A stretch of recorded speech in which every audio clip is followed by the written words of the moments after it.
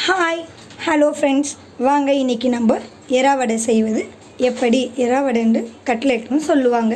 Medium size 2 வெங்காயம், medium size 2 தக்காளி, 4 காஞ்ச மிளகா, 3 லவங்கம், சின்னதாக 2 பட்டை, 4 பல்லு பூண்டு, 1/4 ஸ்பூன் மஞ்சள்தூள், 1/2 ஸ்பூன் உப்பு, 1/4 கிலோ எறா எடுத்துருக்கேங்க, 3 தேங்காய் பதை எடுத்துருக்கேங்க, கொஞ்சம் கொத்தமல்லி, 100 கிராம் உடச்ச கலைங்க. இப்போது இது எப்படி செய்யலான்னு வாங்க பார்க்கலாம். நான் சொன்ன பொருட்கள்லாம் போட்டு எண்ணெய் போடாமல் வதக்கிக்குங்க. கொஞ்சம் கூட எண்ணெய் இல்லாமல் வதக்குங்க. நல்லா வதக்கிட்ட பிறகு ஆற விட்டுருங்க. இது அது வதங்குற வரையும் உடச்சக்கடலை பவுட்ரு பண்ணி நான் எடுத்து வச்சுருக்கேங்க. இங்கே நம்ம வதக்கி வச்சோம் இல்லைங்களா, வெங்காயம், தக்காளி, ஏரா, தேங்காய் பத்தெல்லாம் போட்டு வதக்குனது 10 நிமிஷம் ஆற வச்சுட்டு மிக்ஸி ஜாரில் அப்படியே மாற்றி அரைச்சிடுங்க. அரைச்சிட்டு உடச்சக்கடலை பவுடரை நம்ம கலந்துக்கலாம்.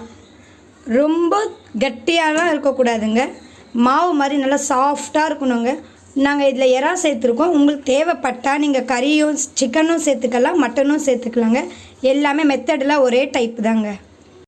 நீங்கள் மிக்சிங் பண்ணிங்களே அந்த உடச்சக்கடலை மசாலா எடுத்து ஒரு கடாயில் எண்ணெய் வச்சு அதில் உங்களுக்கு எந்த ஷேப் வேணுமோ அந்த ஷேப்பில் எடுத்து நீங்கள் தாராளமாக போட்டுக்கலாம். அது லைட் ப்ரௌன் ஷேடில் வர பிறகு அது எடுத்து நீங்கள் சாப்பிட்டிங்கன்னா அவ்வளோ சூப்பராக இருக்குங்க. உங்கள் வீட்லேயே அடிக்கடிக்கு நீங்கள் இது செய்வீங்க. இந்த மாதிரி ப்ரௌன் ஷேடான பிறகு நீங்கள் ஒரு பிளேட்டில் எடுத்துக்கிட்டு சாப்பிட்டு பாருங்கள். சூடாகவே நல்லா சுவையாக இருக்குங்க.